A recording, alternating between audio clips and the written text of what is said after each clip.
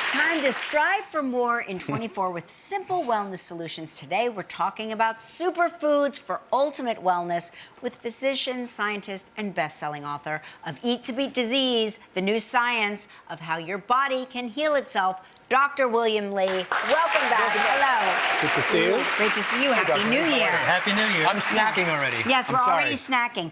I feel pretty good about today's segment. I feel like we do a lot of this, so walk us through it.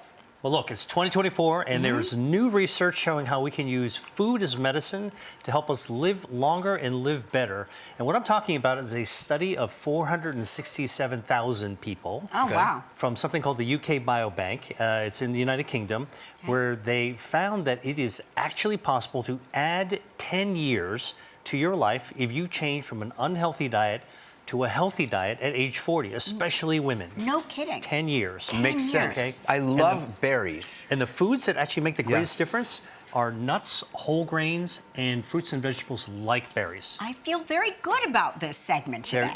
Because usually if I'm not doing that, I call the segment dumb. So today, I feel very good about this segment. And speaking of berries, Yes. strawberries, which Favorite. you guys obviously love, Yep. actually we know contains polyphenols, they're anti-inflammatory, but did you know that strawberries are now known for brain health? A study from the University of Cincinnati looked at 30 people, middle age, with mild cognitive deficits, right? Memory problems. Same. And they found found that eating just 1 cup of ripe strawberries a day for 6 weeks will improve memory and lower depression symptoms by 50%. Oh my gosh, So that's incredible. you can slice up the Let me just strawberries in the start. salad. You can actually put a little bit of balsamic vinegar to really light it up. Okay, beautiful strawberry salad. Perfect. Beautiful. Okay, what's next? Wasabi. All right. Tell me about that. Still talking about brain health. Wasabi is that little green ball that you find in a Japanese It wakes you I up. love wasabi. sushi bar, right? It wakes you That's up. usually Yeah. horseradish, but real wasabi is the root of a plant that's related to cabbage, horseradish, and mustard greens. Contains a substance called isothiocyanates that's anti-inflammatory and good for brain health. A study in Japan looking at 72 adults, middle age, found that eating an extract from wasabi can improve memory. So what are we looking for when we get wasabi? You know, it's really hard to get real fresh wasabi, Okay. but you can actually get wasabi paste. Okay. And what you can do is you can mix it up with some rice vinegar Okay. and make a salad dressing out of it. Incredible. Nice Okay. Super easy. Perfect. What's next? Okay, we're still on sort of the Japanese theme. Buckwheat. Now, Buckwheat. for people who don't know what buckwheat is, it is not made from wheat. It's a seed. So it's gluten-free, if that matters to you. It's good, right? Yes, that's great. Now, buckwheat's used to make tea. It's used to make cereal. It's called groats. It makes powder flour for pancakes. But Japanese soba noodles are made with buckwheat. Soba noodles. So what's in it? Dietary fiber. There's 2 bioactives. One's called rutin, one's called quercetin. Anti-inflammatory, good for your circulation, good for your metabolism. Easiest way to get the benefits from buckwheat is just to enjoy a bowl of soba noodles. Yes. And noodles make you so happy. Fulfilling. Yes.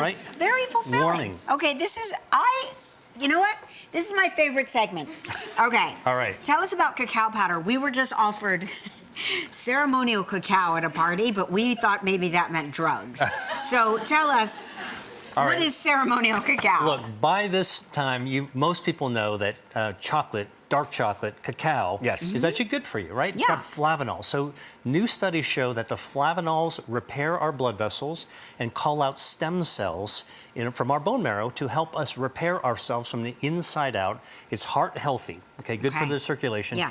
Turns out a study of 21,000 people showed that having about 5 tablespoons of cacao powder or about 3 to 4 blocks or squares of dark chocolate, 72% or higher, can lower the risk of death from cardiovascular disease by gosh. 27%. That is great news. How do you use it? You know what? There's a lot of, you make hot chocolate out of Yeah. it, but here, put some on oatmeal. You want to make a heart-healthy breakfast? Just Okay. sprinkle it right on top of there. Right on top. There you go.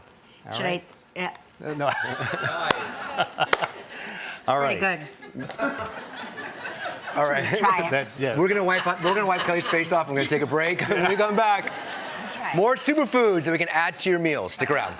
Welcome back. We're with Dr. Li, and we're gonna talk about superfoods. All right, what's next?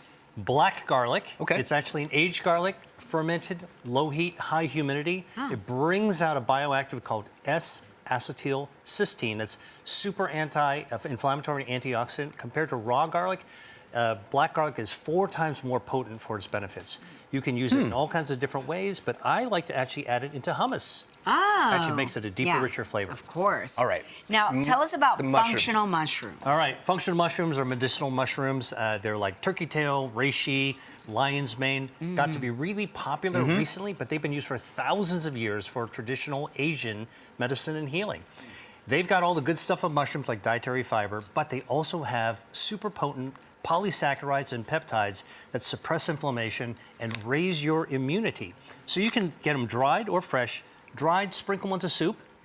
Fresh, you can saute them. I like to actually mix it into risotto. Functional mushroom risotto. Is there a dysfunctional mushroom that we should steer clear of? I've had a few of those. Exactly. And speaking of mushrooms, you can actually mix mushrooms with coffee. Popular beverage, you mix it 50-50, grind them up, and you get the best of both worlds. From the coffee, the chlorogenic acid, and the mushrooms.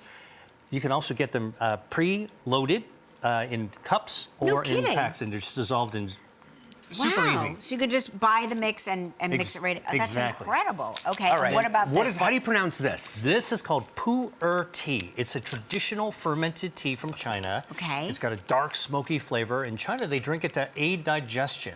Now, it's got all the good stuff in tea, antioxidants, polyphenols, catechins, but because this is a fermented tea, it's got something special. It's got its own healthy bacteria called pu'er named after the tea. And studies in China have shown that people who drink pu'er tea have better gut health, lower inflammation, better metabolism, and smaller waistlines. Okay. Another reason to have pu'er tea.